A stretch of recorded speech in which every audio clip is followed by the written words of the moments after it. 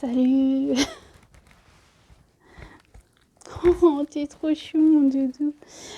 Alors, bonjour et bienvenue sur cette nouvelle chaîne où le but de cette chaîne, ça va être pour moi de parler de tout et de rien qui m'intéresse, qui me passionne, et puis aussi juste pour me libérer de certaines choses que j'ai sur le cœur qui me pèsent. Ça va me servir entre guillemets un peu de thérapie, parce que ça fait du bien de, entre guillemets, pouvoir faire du contenu où je m'en fous de la vie des gens, en fait, où je suis moi-même, que je dis ce que je veux, que je fais ce que je veux et que j'en ai rien à foutre de ce que pensent les autres. Donc voilà le but de cette chaîne, mais ça je l'ai déjà évoqué dans la première vidéo, donc la vidéo de présentation de la chaîne. Donc là j'avais juste envie de commencer par faire un petit câlin à mon petit chien Fox. Tu fais coucou à la caméra? Non, tu veux faire un bisou à maman? Coucou caméra, regarde. Vous avez vu comme il est beau? Il est trop beau. Bisous. Allez. Peut-être qu'on refera une vidéo un peu plus longue où on verra Fox un peu plus longuement. Du coup, pour cette vidéo, en fait, déjà ça va être un peu farfelu parce que j'ai du mal, en fait, j'ai une pensée arborescente, ce qui fait que, enfin, arborescente, en fait, ça veut dire une pensée qui part un petit peu dans tous les sens, comme les branches d'un arbre. Je pars d'un point et je me retrouve à 10 km. Donc j'ai un peu du mal à structurer les choses. J'essaye de scripter un peu mes vidéos parfois, mais j'arrive pas à suivre une vidéo, enfin à faire une vidéo scriptée, j'arrive pas à suivre le script. Donc compliqué. Celle-là, j'ai essayé de la scripter, mais c'est pareil. Enfin, je pense que pour moi, ce qui me va le mieux, c'est un peu le freestyle. J'y vais un peu comme les choses viennent, et voilà. Et c'est le style qui me convient. Donc, pour cette chaîne, en fait, j'ai décidé de changer de décor, entre guillemets, parce que toutes mes vidéos, quasiment jusqu'à maintenant, que ce soit sur la chaîne Miss Blue ASMR ou Nuance de Fantasy, donc entre parenthèses, ça c'est mes deux premières chaînes, elles ont toujours été dans ma pièce de création, donc mon atelier. Et du coup là j'ai décidé de faire ça dans un cadre un peu plus convivial. Donc là on est dans ma chambre, dans la chambre où je dors, parce qu'il y a ma déco et mes peluches et ma collection de chaussures, et je trouve ça plus convivial. Donc quand je me suis penchée sur cette vidéo, j'ai fait une liste de plusieurs sujets que je voulais aborder, et je savais pas trop, j'arrivais pas à me décider en fait sur quel thème me porter. Mais pour le coup, j'ai fini par choisir le thème de mon traumatisme. Donc, bon, vous l'aurez compris, j'ai un traumatisme. Donc, pour vous expliquer un peu le truc, pour ceux qui ne me connaissent pas, je me sens bête. Dans beaucoup de mes vidéos, je dis, pour ceux qui ne me connaissent pas, mais personne ne me connaît en fait, enfin, à part bon, les gens que j'ai pu rencontrer dans ma vie, mais je suis pas connue ni rien, donc je trouve ça bête de dire pour ceux qui me connaissent, parce que voilà, relativement, enfin, de façon relative, très peu de gens me connaissent. Mais enfin bref, voilà, encore une pensée arborescente. Qu'est-ce que je disais?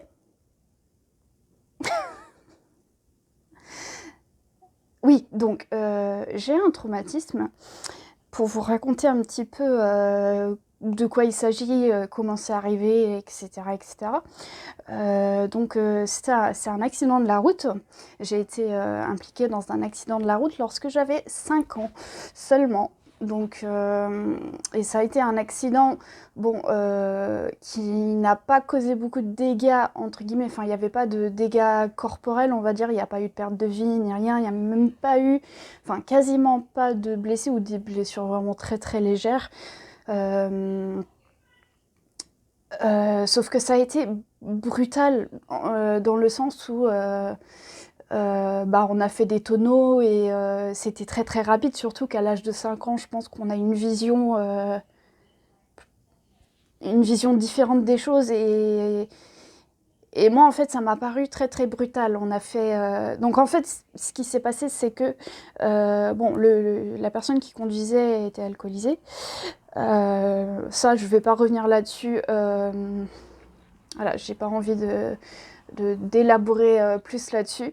Donc la personne était alcoolisée, on revenait d'une fête de Noël, donc c'était à peine à 3 km de la maison, donc sur un trajet très court au final, hein, et puis comme bon, fête de Noël, c'est l'époque où voilà, c'est l'hiver, c'est Noël, parfois les routes sont verglacées et là pour le coup oui, il y avait genre de la neige et du verglas sur la route.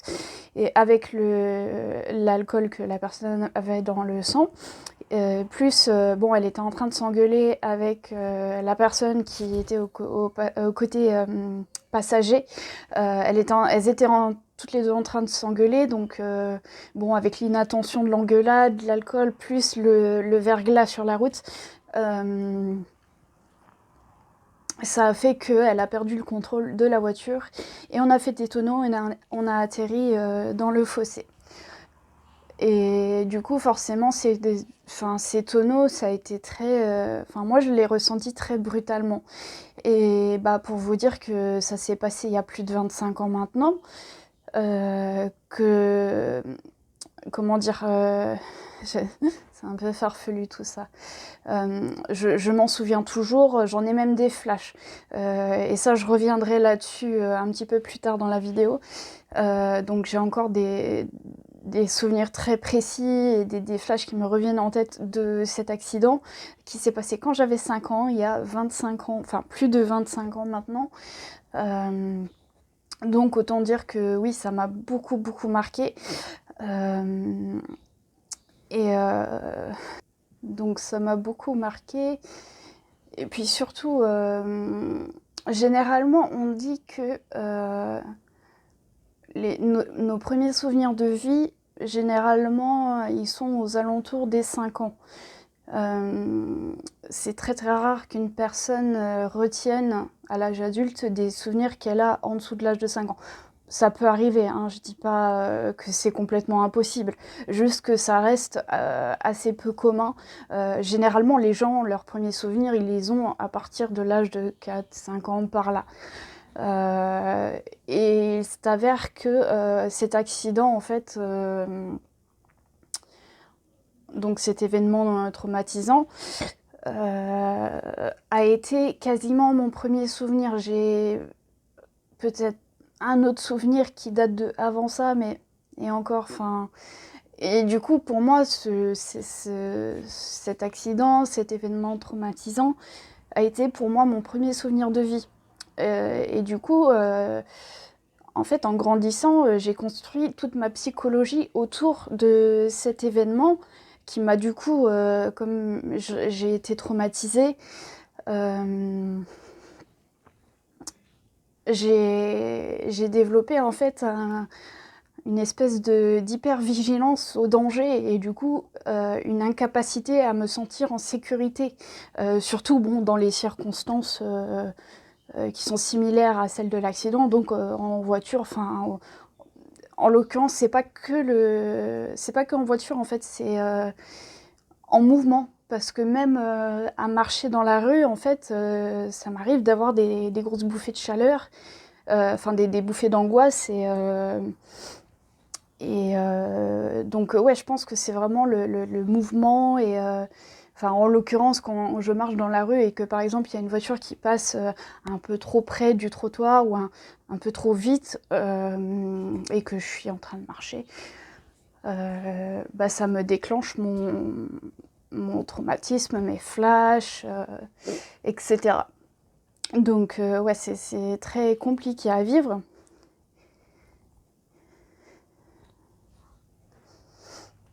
Donc rien qu'en parler là, je suis pas trop bien. Enfin, je me sens un peu oppressée et tout. Mais ça va, je gère. Il faut savoir aussi que je suis quelqu'un qui a un passé psychologique assez chargé. Donc je pense que l'accident a grandement joué, bien qu'il n'y a pas du tout Oui, que je ça. disais, Il n'y a pas du tout que ça.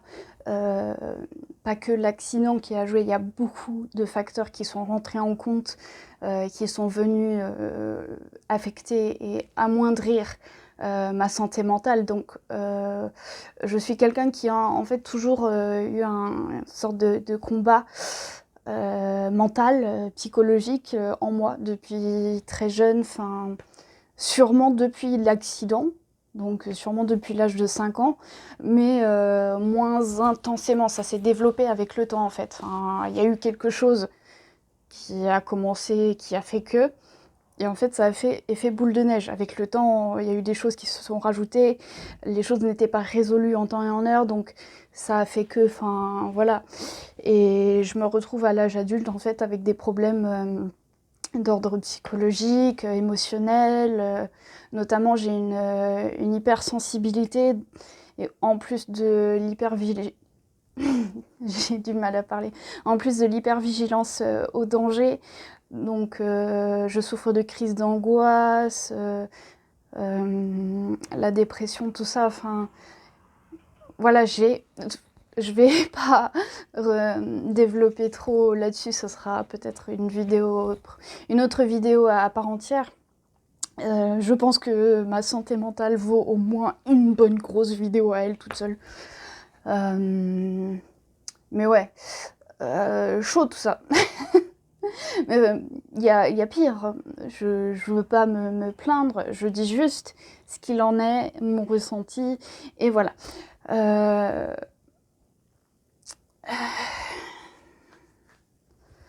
et je fais une pause, hein. Ça fait 13 minutes que je tourne là.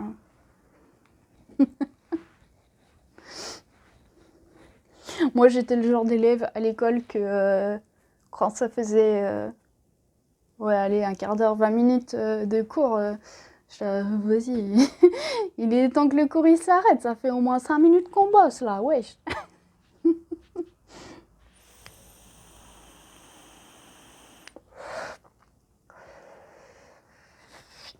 J'ai réussi à passer au zéro de nicotine. Donc maintenant, je vape. Je ne fume plus déjà. Je suis plus fumeuse du tout. Ça va faire 5 mois le 8 là. Donc dans quelques jours. En très peu de jours. Et je suis rendue à zéro de nicotine. Donc c'est cool. Mais par contre, ça, je décrocherai pas. Enfin, j'ai pas envie. J'y vois pas le mal. Bref, revenons à nos moutons. Donc oui, ce fameux traumatisme qui m'a suivi tout au long de ma vie. Du coup,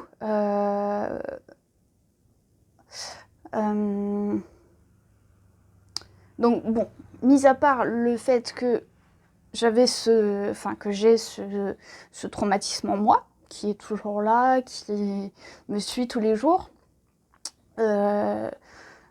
j'ai quand même une vie. Mais ce traumatisme, il a des impacts au niveau de ma vie, justement. Donc, notamment pour trouver du travail, enfin, pour le travail, c'était quelque chose qui m'handicapait du coup, parce que autant il y a beaucoup de fois où je me faisais recaler parce que oui, parce que ça c'est quelque chose que j'ai oublié de préciser. Du coup, j'ai eu mon permis très tardivement en fait. Ça fait pas très longtemps que je conduis d'ailleurs. Donc on va dire jusqu'à début trentaine, je conduisais pas, donc je faisais tout à pied. tout à pied, ou alors je m'arrangeais avec mes amis, ou des fois ça nous arrivait de nous payer des taxis quand c'était quand il y avait personne de disponible, et puis aussi quand on voulait pas embêter, parce que c'est chiant à force de devoir toujours embêter les amis, dire hey, machin, est-ce que tu peux m'emmener faire des courses ou à un rendez-vous, voilà. Donc pendant longtemps, je suis restée sans permis, et donc sans moyen de locomotion, ce qui compliquait beaucoup les choses. Comme je disais, au niveau travail, les patrons, quand ils voient qu'il y a pas, quand ils voient sur un CV qu'il n'y a pas de permis, il y en a qui étaient honnêtes et qui me disaient voilà, on ne peut pas envisager d'embaucher quelqu'un qui n'a pas le permis. Euh, Par exemple, j'ai eu le cas d'une entreprise qui était prête à me prendre, mais c'était un petit contrat, mais c'était quand même, c'est toujours ça, même un petit contrat, c'est toujours bon à prendre, c'est une expérience sur le CV, déjà c'est une expérience professionnelle, c'est une expérience de plus sur le CV, et c'est de l'argent en plus, même si c'est un petit contrat, c'est pas grave. Ils me l'ont dit, on vous aurait bien pris parce que on est intéressé par votre candidature, mais par contre le fait que vous n'avez pas le permis, c'est pas possible. Donc voilà, donc j'ai eu ce cas-là, mais je pense qu'il y a beaucoup de fois où les patrons n'ont pas osé me dire que le permis c'était un problème, donc ils me l'ont pas dit, j'ai jamais su pourquoi ils m'ont pas embauché, mais je m'en doute que c'est pour ça, quoi. Et puis aussi dans d'autres domaines que le travail.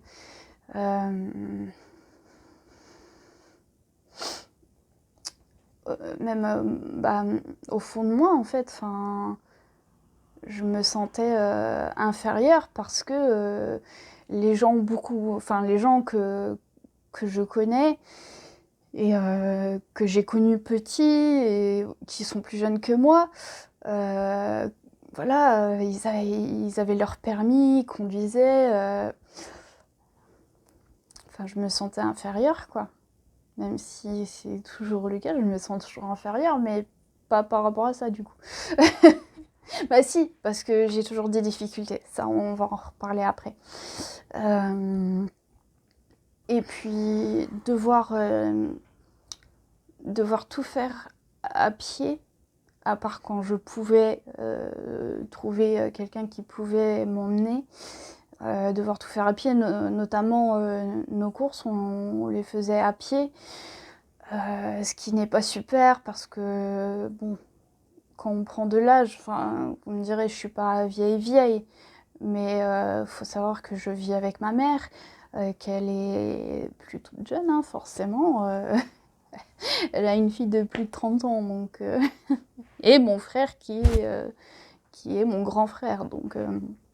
Donc voilà, elle commence à prendre de l'âge, elle a quelques soucis quelques problèmes / soucis de santé qui font que la marche devient de plus en plus compliquée.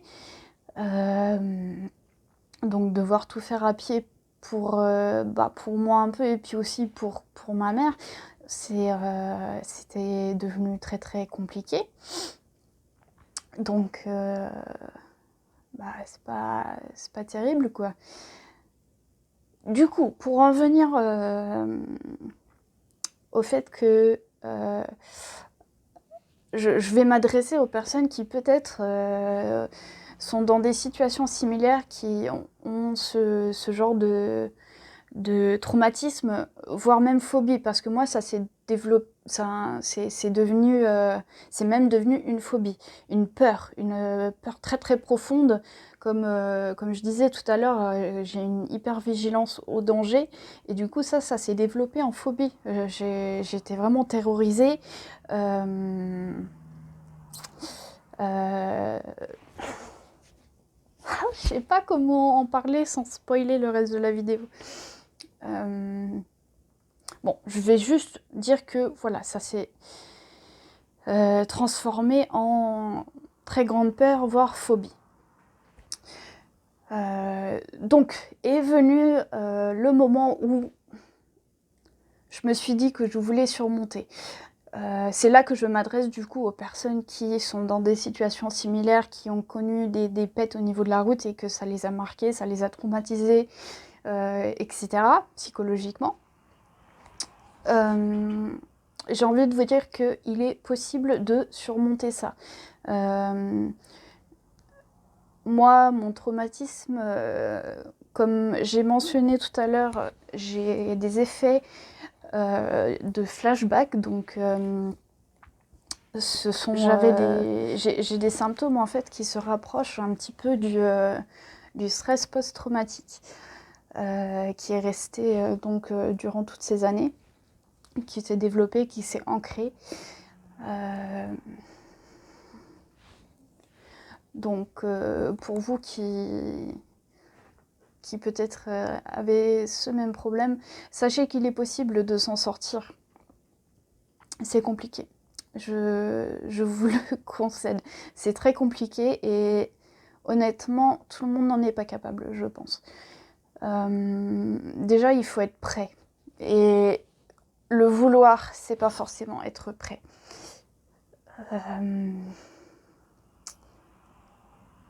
Il faut être conscient que pour pouvoir vraiment surmonter un tel traumatisme, que ce ne sera pas sans effet négatif. Vous aurez des espèces d'effets secondaires. Du moins, ça s'est passé comme ça pour moi. Donc je pense que c'est possible que ça puisse se passer comme ça pour les autres. Surmonter un traumatisme d'une telle ampleur, c'est possible, mais ça peut laisser des séquelles. Enfin, ça peut avoir des répercussions sur votre santé mentale par la suite. Je sais pas trop comment m'expliquer en fait, mais mes cours de... Déjà, quand j'ai commencé... je sais pas ce qui restera au montage de ce que je viens de dire, parce que c'était farfelu. Donc je pense qu'il y aura pas mal de choses qui ont été enlevées. J'en étais où ?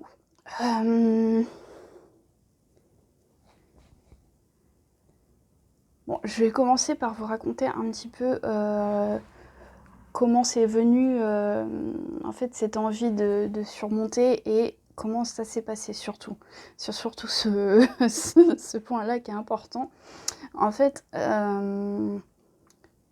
déjà de par le passé, on va dire à partir de mes 21-22 ans par là, l'envie était déjà là. Non, même avant. Non, avant, exact. Parce qu'à 19 ans, j'ai commencé à passer le code.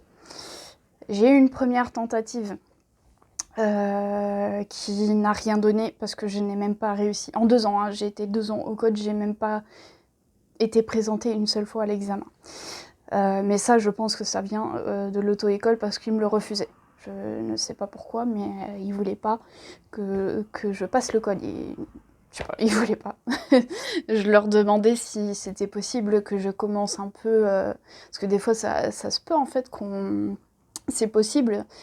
Du moins un peu, je sais pas si c'est possible dans toutes les auto-écoles, mais il y en a certaines qui le proposent, de pouvoir anticiper le passage du code en commençant un petit peu les cours de conduite en amont du passage du code.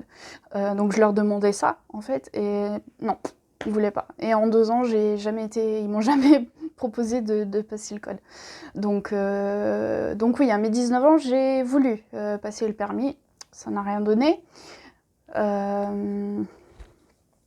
Ensuite, par la suite, en fait, au fil des années, j'ai eu à plusieurs reprises en fait l'idée qui est rentrée dans mon esprit de vouloir commencer à passer le permis, et donc c'est synonyme de surpasser mon traumatisme, hein, c'est la même chose. Si j'ai une initiative de vouloir passer le permis, c'est qu'il y a derrière ça l'initiative de vouloir surmonter mon traumatisme. Sauf que bon, à chaque fois, pour X ou Y raison, j'allais pas jusqu'au bout, ou ça s'est pas fait, ou quoi, machin. Donc fast forward, donc en avant jusqu'à mes... J'avais quel âge? Je crois jusqu'à mes 27 ou 28 ans, quelque chose comme ça. J'ai donc, pour la deuxième fois, entamé une nouvelle tentative de passer permis, code, machin. Sauf que j'étais beaucoup plus motivée et déterminée cette fois-ci. Bon, juste pour la petite parenthèse, c'était pour un garçon, j'étais amoureuse de mon ex, qui habitait à 1h30, 2h de route par là de chez moi. Et du coup, en espérant faire fonctionner la relation, ou du moins, je crois qu'on s'était déjà séparés à ce moment-là en plus, je crois que c'était dans l'espoir de vouloir, dans l'espoir de refaire partir le truc parce que je tenais à lui et que du coup je voulais retenter. Du coup, j'ai commencé à... Je me suis inscrite en auto-école et j'ai commencé en fait à passer le code et le permis pour espérer faire repartir cette relation. Donc ça, après, c'est une petite parenthèse, ça n'a pas fonctionné avec lui. Je vais pas en dire plus parce que ça aussi c'est une vidéo à part entière, mais j'ai pas envie non plus de... Voilà, ça reste du domaine du personnel, j'ai pas envie de le dénigrer non plus parce que...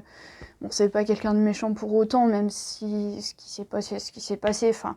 Bref, c'est pas... J'ai pas envie d'en parler, voilà. Et donc, malgré tout, j'avais déjà entamé cette démarche et j'étais vraiment très très motivée en fait, même après que c'était plus d'actualité avec mon ex, j'ai quand même voulu continuer dans cette lancée de je surmonte mon traumatisme. Du coup, bon, j'ai passé mon code, j'y allais, je me suis mise à fond. Je me suis donné... Franchement, pour passer mon permis, je me suis faite violence. Et c'est là aussi que ça montre à quel point le traumatisme était ancré, parce que ça a été très, très, très, très, très compliqué.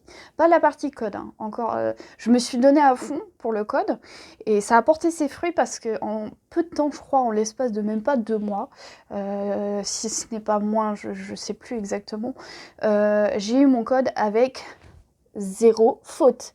Je sais pas comment j'ai fait, mais voilà, je m'y étais vraiment mise à fond. J'allais au cours de code, je crois que j'y allais tous les jours au moins 1 heure, enfin tous les jours où ils étaient ouverts, au moins 1 heure, mais souvent je faisais des séances de 2 ou 3 heures, pas à chaque fois que j'y allais. Donc on peut dire facilement que j'y allais au moins, je sais pas, peut-être 10 heures par semaine. C'est quand même pas mal, je trouve. Bon, j'avais beaucoup de temps libre, donc... ouais, j'ai obtenu mon code rapidement et tout. Putain, 0 faute. C'est déjà arrivé à quelqu'un, ça? Passer son code avec 0 faute? Enfin, je me doute bien que oui, mais juste ça me... Je suis hyper étonnée, quoi. Même maintenant, ça fait un certain temps, waouh, quoi. Donc, une fois le code en poche, on a commencé les cours de conduite.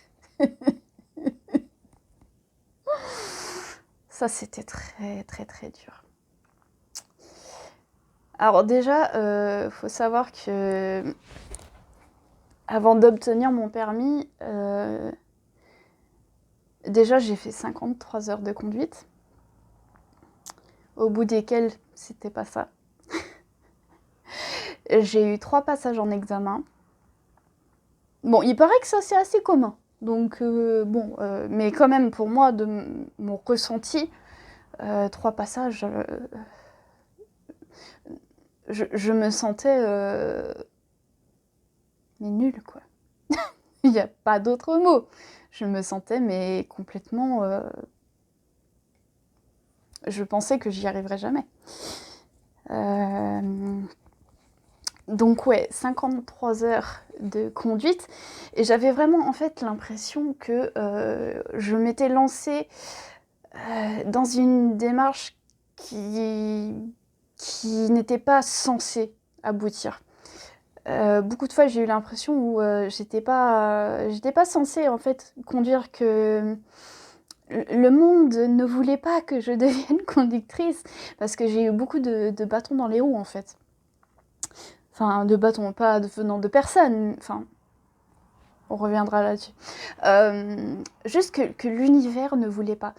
Il y a eu, en l'occurrence, il y a eu un épisode où vous savez, quand vous prenez 2 heures de conduite d'affilée, souvent, il y a une petite pause entre les 2 heures pour qu'on puisse souffler un petit peu, pour les fumeurs qui puissent fumer une cigarette, boire un café, enfin voilà, faire ce qu'ils veulent d'ailleurs.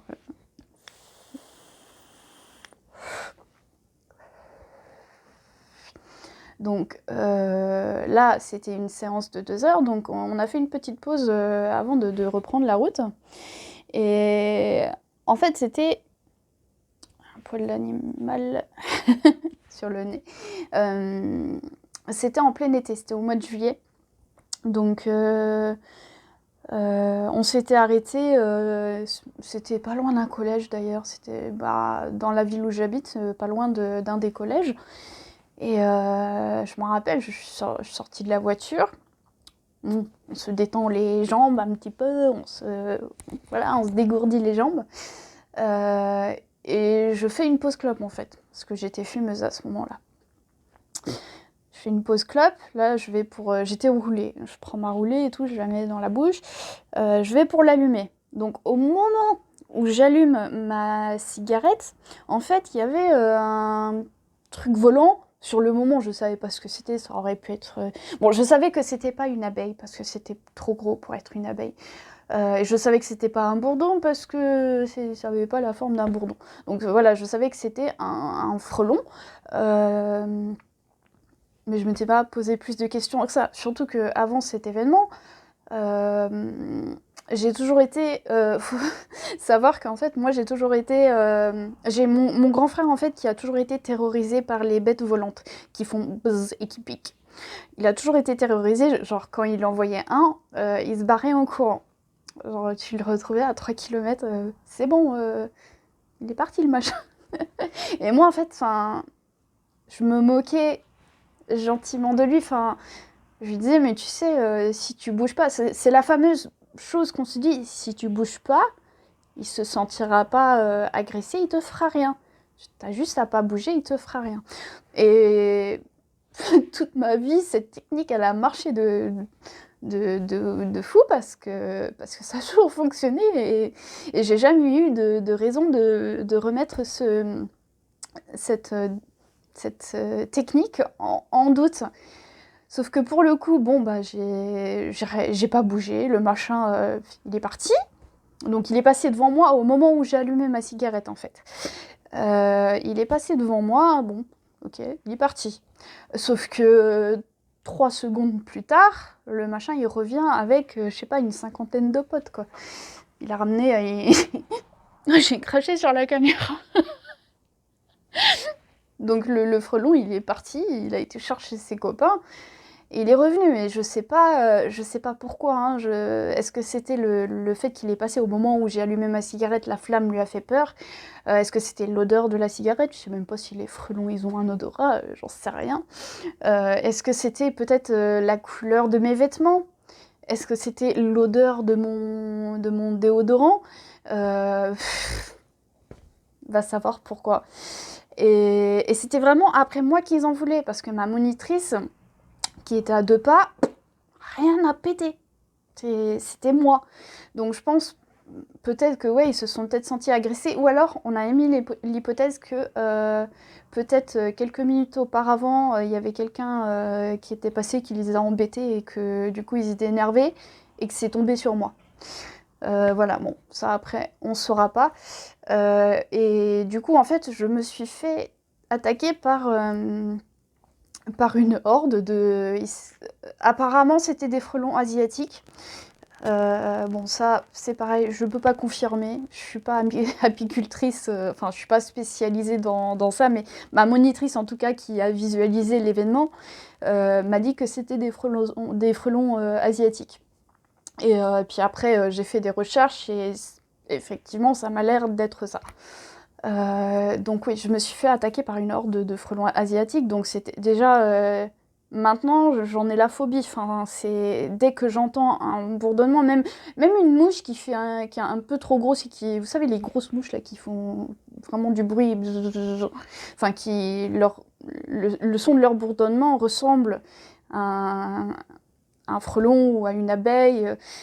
J'ai des palpitations et je suis vraiment pas bien. Et alors que c'était pas du tout le cas avant. Donc ouais, je me suis fait attaquer par cette horde de frelons asiatiques pendant 1 heure de conduite. Euh, donc ouais, enfin super. En plus c'était hyper douloureux. Enfin, je sais pas si vous êtes déjà fait piquer par un frelon asiatique. Dites-vous que je m'en suis sortie avec 10 piqûres.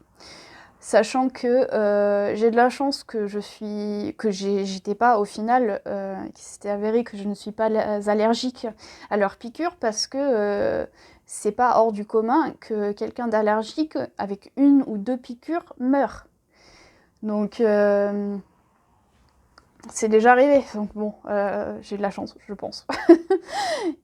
Tout ça pour dire que ouais, il y a eu cet événement-là qui d'ailleurs m'a menée à aller voir un hypnothérapeute pour calmer un peu mes angoisses par rapport à la conduite et puis les frelons parce que bon, dans les temps après ça, même maintenant je suis pas bien quand j'entends un truc. Si jamais vous me voyez dans la rue et que je commence à paniquer, à crier, à me barrer, c'est parce qu'il y aura un truc qui vole. Donc bon, tout ça pour dire que ouais, il y a eu cet événement-là qui m'a affectée. Où est-ce que j'en étais avant ça? Je disais que ouais, j'ai eu des bâtons dans les roues. Donc ouais, ça a été très compliqué. Donc il y a eu l'événement des frelons asiatiques. Après, ensuite, forcément, 53 heures de conduite, déjà ça tire sur le portefeuille. Et puis c'était aussi, vu que pour moi la conduite, je le vivais mal en fait, la conduite, je la vivais vraiment très mal. Émotionnellement, c'était dur. J'étais moralement pas bien à chaque fois que je devais aller en conduite. Et du coup, ça a beaucoup... En fait, je me suis faite violence pour passer ce permis et je me suis vraiment forcée, en fait. Parce qu'il y avait vraiment cette volonté de surmonter ce traumatisme et d'avancer dans ma vie. Bien que ça ait commencé par le fait de vouloir reconquérir mon ex, dans le long terme, en fait, c'est parti plus sur le fait de vouloir avancer dans ma vie, pouvoir m'aider à trouver du travail, aussi avancer mon activité parce que je suis auto-entrepreneuse. Du coup, je voulais faire avancer mon activité grâce au fait d'avoir le permis. En plus de, du coup, envisager de trouver un poste à côté, enfin avoir peut-être 2 activités, du coup, avoir un boulot salarial et mon auto-entreprise. Donc, y avait tout ça.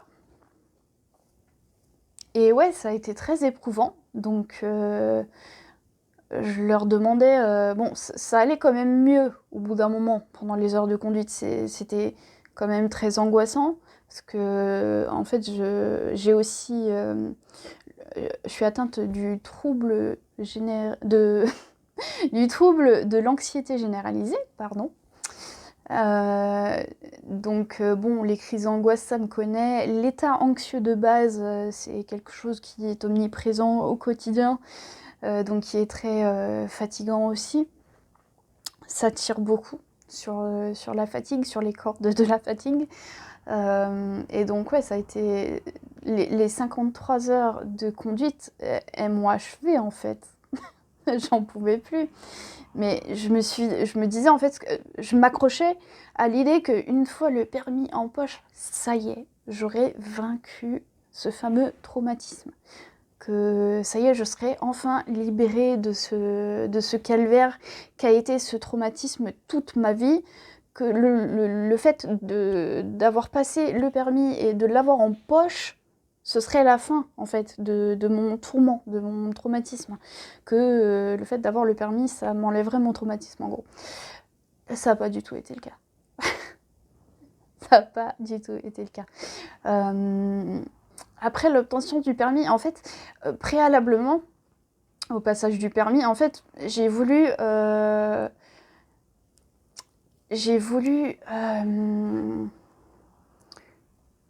prévoir, je sais pas si prévoir c'est le bon mot. J'ai prévu à l'avance en fait que je voulais qu'une fois que j'ai le permis en poche, que j'ai une voiture et que je puisse conduire, que je puisse partir et que je me retrouve pas avec un laps de temps où j'aurai le permis mais que j'aurai pas encore de voiture, que je vais perdre la confiance, etc. que je me suis que j'ai durement acquis la confiance du conducteur. Que j'aurais durement acquis avec mes heures de conduite.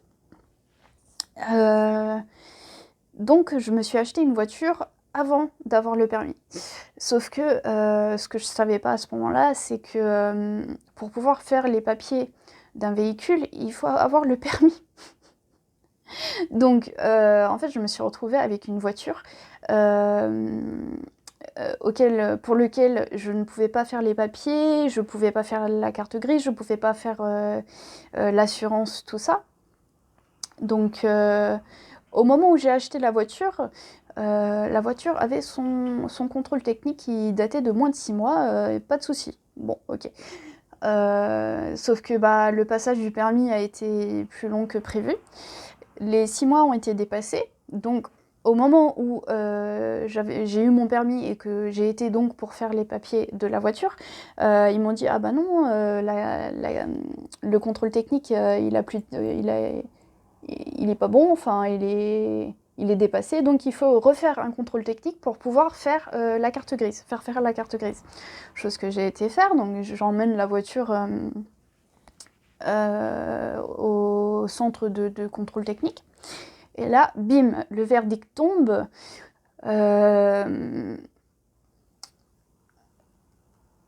Comment expliquer la voiture avait beaucoup de soucis, en fait. Donc, je me rappelle pas exactement de tout ce qui allait pas sur la voiture, mais en fait, il y avait des gros vis cachés. En l'occurrence, le moteur avait été changé. C'était pas le bon moteur, en fait. Le moteur ne correspondait pas au cylindré du véhicule, donc bon, je m'y connais pas en voiture. Enfin bref, il y avait plein de trucs qui allaient pas. L'embrayage était mort. On m'a confirmé que la voiture avait été accidentée alors qu'au moment de la vente, ils m'ont rien dit. Enfin, donc voilà, la voiture avait plein de défauts dessus. Je me suis dit, bon, ok, bon, ça va coûter un peu plus cher, mais au moins, si je fais les réparations, j'aurai une voiture avec laquelle je pourrais rouler. Donc, bon, avec ma famille, on a décidé, ok, on va faire les réparations, on va rassembler notre argent et on va payer les réparations pour que tu puisses avoir une voiture et que, voilà, que tu puisses emmener maman faire les courses et que, voilà. Donc, on a fait les réparations. On a payé 900 € de réparation pour que le garagiste, au final, nous dise bah non, c'est toujours pas bon. Il y avait encore plus de 1000 € de frais à faire dessus pour obtenir quelque chose qui roulerait. Enfin, qui serait bon à passer au contrôle technique et qui serait bien, quoi. Donc bon, j'ai fait plusieurs garages pour avoir voilà, divers avis parce qu'on ne sait jamais. Donc, et tous les garages, ils m'ont dit la même chose. Donc, Donc bon, il va sans dire que j'allais pas j'allais pas payer 1 000 € de plus pour... non, non, j'en avais marre, quoi. Donc, j'avais la possibilité, en fait, de porter plainte, parce que clairement, il y avait vice caché. Ils m'ont vendu quelque chose qui était pas ce qu'ils décrivaient, en fait, parce que dans l'annonce, ça stipulait que c'était une voiture sans frais à prévoir. Donc, bon. Euh, il- on pense que ce qui s'est passé, en fait, c'est que comme ils savaient que j'avais pas encore mon permis, ils ont bien vu que... Enfin, c'est c'est méchant envers moi-même de dire ça, mais ils ont vu que j'étais un pigeon et ils ont profité, en fait. Parce que j'ai demandé au garagiste, est-ce que c'était possible que ce qui s'est passé avec la voiture, ça a pu arriver avec le fait qu'elle a pas roulé pendant, je sais plus, 6 mois, etc. Et est-ce que ça a pu arriver dans ce cas-là, ou est-ce que c'était un problème qui était déjà là avant et que peut-être que les propriétaires n'étaient pas au courant? C'est possible. Mais bon, on peut pas vraiment savoir, mais les garagistes, ils ont dit qu'ils pensaient que non, ils étaient au courant, c'est juste qu'ils ont tout magouillé, en fait. Et ils ont vu, comme j'ai dit, ils ont vu que j'étais un pigeon et ils en ont profité. Du coup, ouais, j'avais la possibilité, en fait, de porter plainte, enfin de demander au niveau de l'assurance protection juridique, enfin je sais plus comment ça s'appelle. Euh, mais en fait, comme je suis quelqu'un qui est très très angoissé avec mon TAG, mon trouble de l'anxiété généralisée, en fait, l'idée de devoir porter plainte contre ces personnes euh, qui me faisaient peur, en fait, parce que ils sont venus en groupe déjà. Et puis l'homme à qui je m'adressais pour la vente, c'était un homme, il était carcasse. En plus, je sais pas de quelle origine ils étaient, mais bon, j'avais un peu peur, quoi. Et du coup, bah, l'idée de porter plainte contre ces personnes-là m'angoissait énormément et j'arrivais plus à dormir, je faisais insomnie sur insomnie. Ça réveillait mes angoisses, en fait, tout simplement. J'ai décidé de pas porter plainte. Bon, je sais que ça, c'est pas bien. J'aurais dû. Mais je me sentais vraiment pas capable d'affronter ça, en fait. Et peut-être d'avoir des représailles. On sait jamais. Donc, bon, j'ai décidé de prendre sur moi et de pas porter plainte. Et de tout simplement... J'ai fini par en fait revendre la voiture, mais en étant honnête, hein, en expliquant à la personne qui a acheté le véhicule, j'ai expliqué ce qui s'est passé, et j'ai vendu la voiture pour pièces. Je ne l'ai pas vendue comme voiture roulante, en fait. Je l'ai vendue comme une voiture qui est non roulante.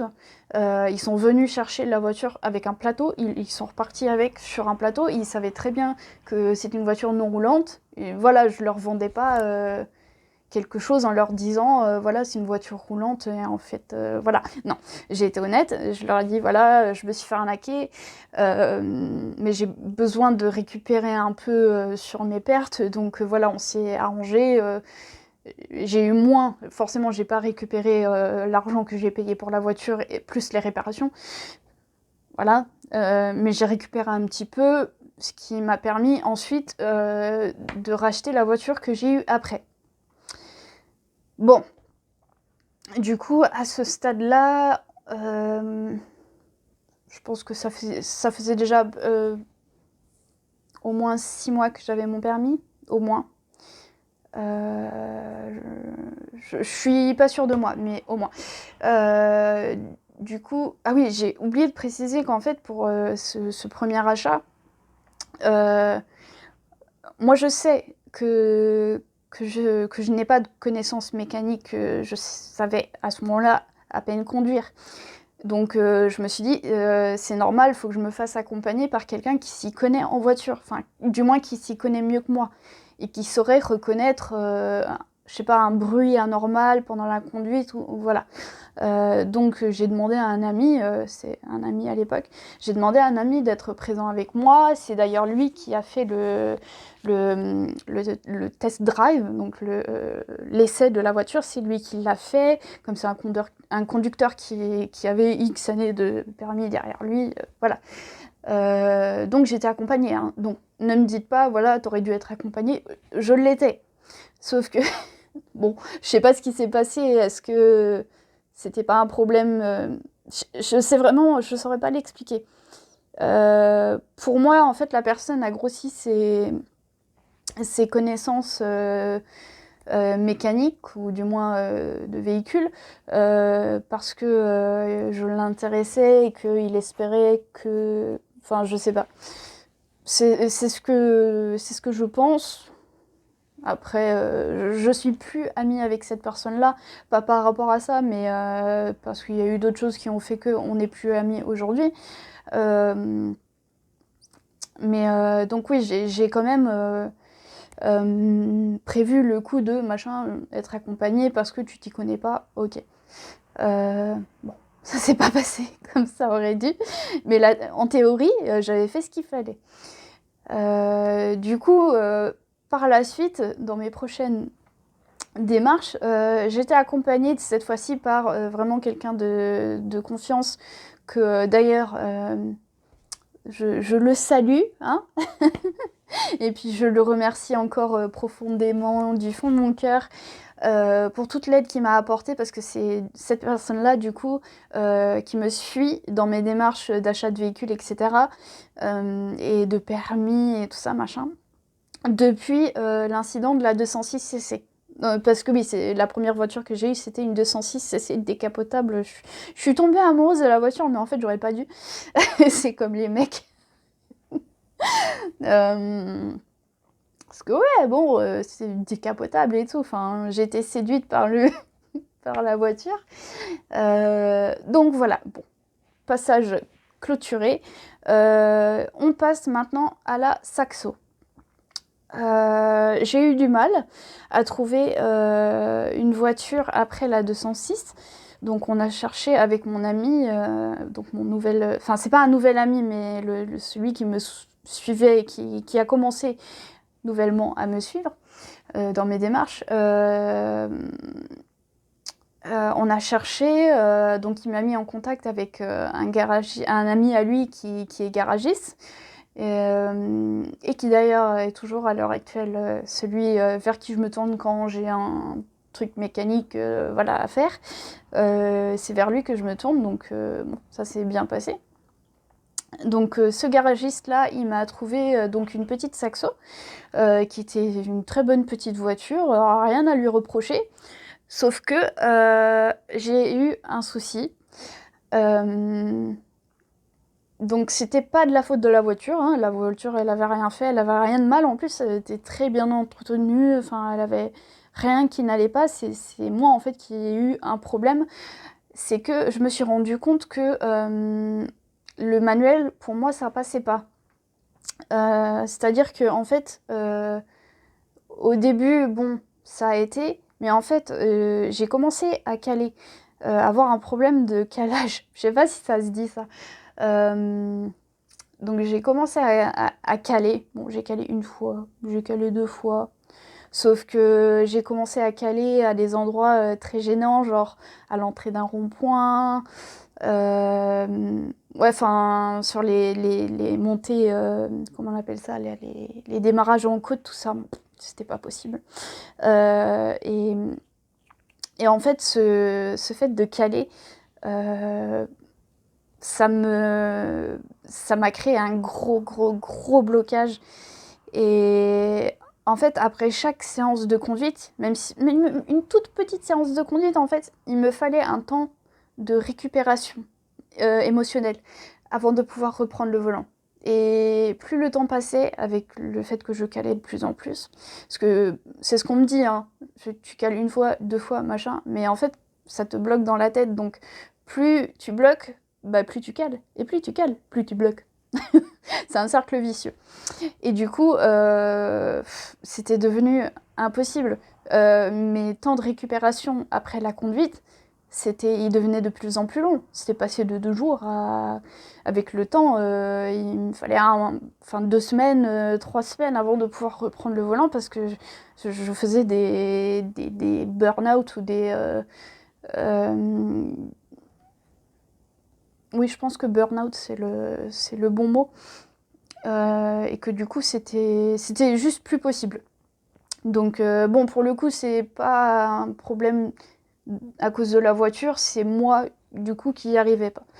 Donc, bon, là, ça faisait déjà plus d'1 an, hein, je pense que j'avais mon permis et que j'étais toujours pas capable de conduire normalement comme, voilà, j'ai besoin d'aller au magasin, je prends la voiture, j'y vais. Non, j'étais toujours pas capable de faire ça. Bon. Après 1 an de permis quand même. Du coup, en fait, bon, j'en ai parlé avec ma famille, on s'est tous mis d'accord que ça me faisait plus de mal que de bien. Et comme, bon, ma famille veut mon bien, forcément, on a décidé qu'en fait, j'allais vendre la Saxo, parce que le manuel, ça passait pas pour moi. Et que j'allais dans la foulée me racheter, enfin dans la foulée, façon de parler, quand je retrouverai une voiture, que je passerai sur une voiture automatique. Donc j'ai commencé les recherches, ça a été compliqué parce que c'est moins courant en fait les automatiques, c'est moins courant mais c'est plus recherché parce que forcément c'est plus simple une automatique, donc beaucoup de gens veulent des automatiques.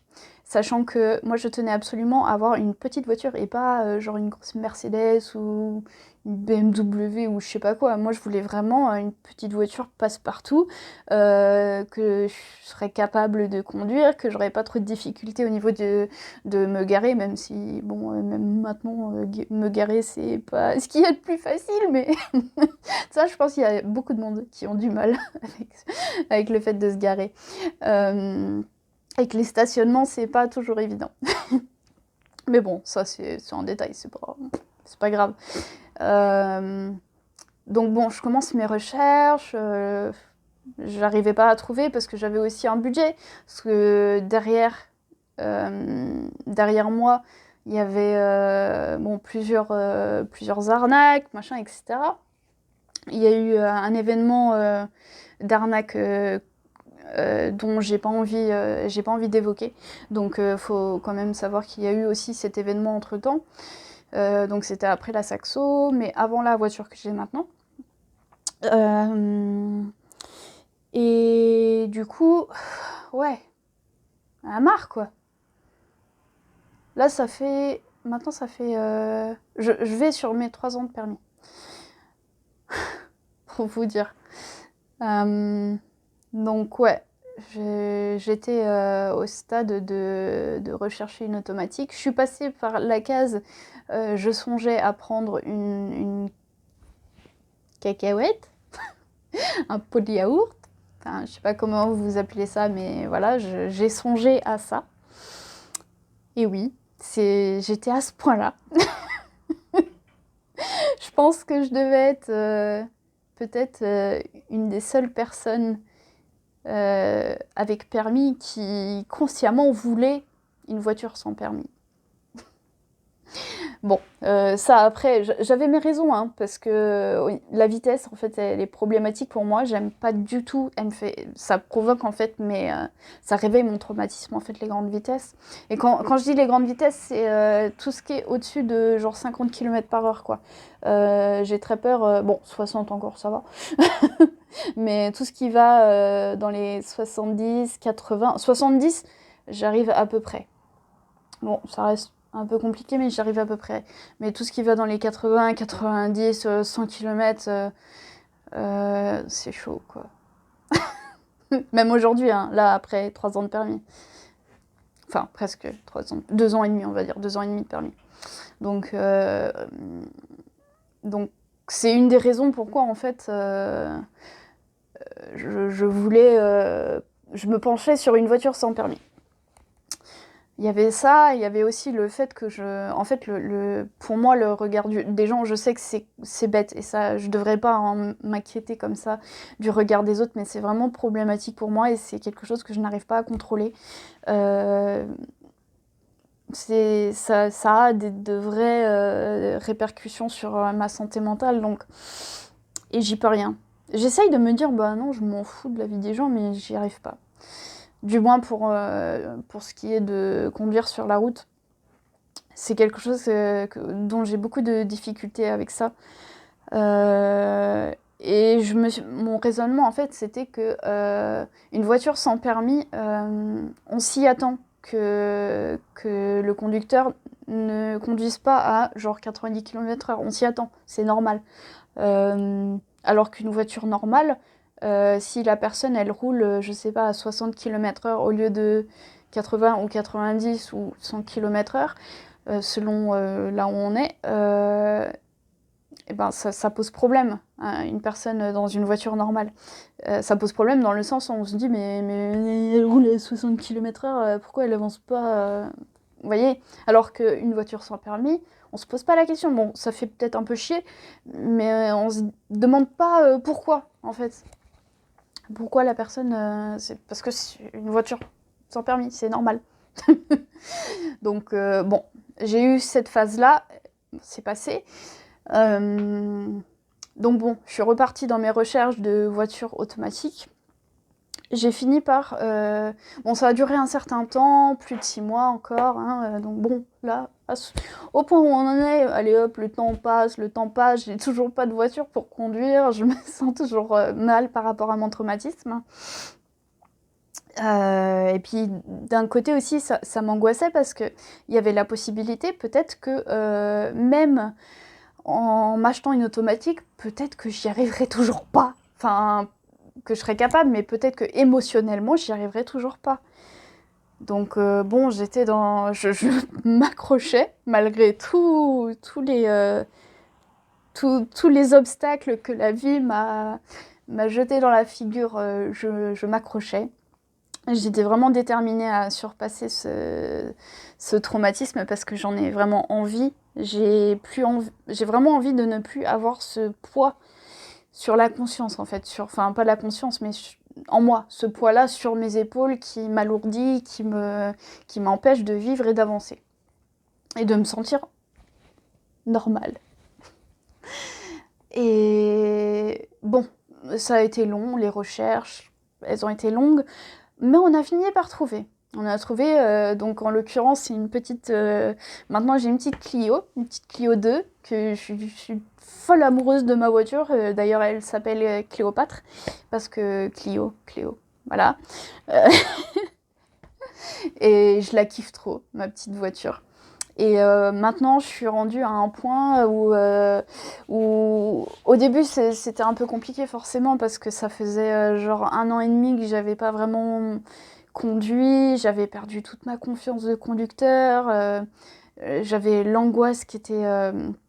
j'avais la phobie qui était du coup revenue me hanter, qui était là, et puis l'idée aussi de me reconfronter à tout ça, parce que j'ai tout ce cheminement derrière moi et que je suis toujours pas rendue à un point où j'arrive à conduire. Enfin, voilà, il y avait une grosse tension. Donc bon, surtout que le jour où j'ai acheté ma voiture, je referai... J'ai déjà fait une vidéo là-dessus sur ma chaîne ASMR, Miss Blue ASMR. Si vous voulez voir, allez voir la vidéo, l'histoire de mon EMI. Mais je referai une vidéo pour cette chaîne-là, traitant de ce sujet. Le jour où j'ai acheté ma voiture, donc la Clio, j'ai fait une EMI, donc une expérience de mort imminente. Mon cœur s'est arrêté. Enfin, moi, je suis convaincue que ce jour-là, je suis morte un court instant. Enfin, un court instant, je sais pas combien de temps exactement, mais j'ai...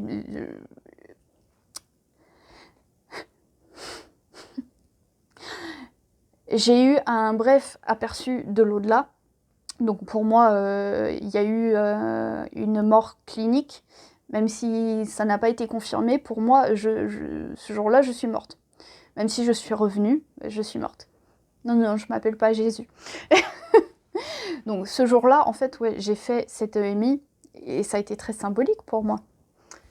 Le jour où tu achètes ta voiture qui est censée être l'objet, le symbole du fait de surmonter quelque chose qui t'a hanté toute ta vie, qui t'a fait du mal toute ta vie, et ben ce jour-là, tu meurs et tu reviens à la vie.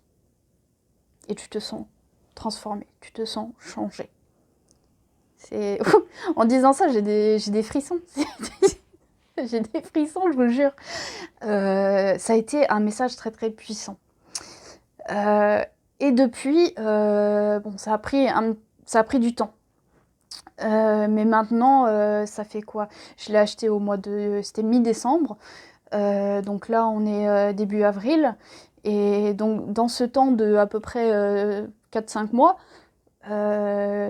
petit à petit, en fait, je commence à reprendre. J'ai été petit pas par petit pas. Au début, voilà, c'était des toutes petites sorties et accompagnées surtout. Mais maintenant, 4-5 mois plus tard, je suis rendue à faire je suis capable de faire genre 30 km toute seule, même si j'ai beaucoup plus de facilité à conduire en ville que conduire sur les routes où voilà, faut aller plus vite. J'ai encore du mal au niveau de la vitesse et des routes hors zone urbaine. Mais n'empêche que j'ai fait un progrès de malade. Comparé à il y a une époque où, bon, non seulement sans parler du traumatisme, etc., que je ne savais même pas différencier quelle pédale était laquelle. Je savais pas où étaient les clignotants. J'avais peur d'allumer la voiture. Enfin, j'avais peur de mettre la clé dans le contact et de le tourner parce que j'avais peur qu'en allumant la voiture, elle parte toute seule. Enfin, c'est bête, hein, mais voilà, c'est le genre de choses qui peut tourmenter quelqu'un qui est quelqu'un de très angoissé, et de deux, quelqu'un qui est traumatisé de la route, des véhicules. Donc oui, tout ça, ça a été très dur. Ça fait... Alors, quand est-ce que j'ai commencé le passage du permis? Il me semble que c'était en 2018, je crois. Ouais, c'est ça. C'était aux alentours, bon, peut-être pas à juillet, mais c'était aux alentours de cette période-là. Non, un petit peu avant, non, avril, mai. Quelque chose comme ça. Donc 2018. Et donc maintenant, on est en avril 2021. Et je commence tout juste à être une conductrice normale. Tout juste, hein. Y a encore des progrès à faire, mais vraiment, ça va déjà beaucoup mieux. Et j'ai fait... ça a été long, quoi.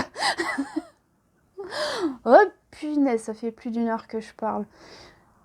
Bon, tout ça pour... quelque part, donner de l'espoir aux personnes qui connaissent peut-être ce genre de situation, parce qu'il y en a d'autres. Il y a des gens qui ont aussi ce genre de phobie, de traumatisme, de blocage.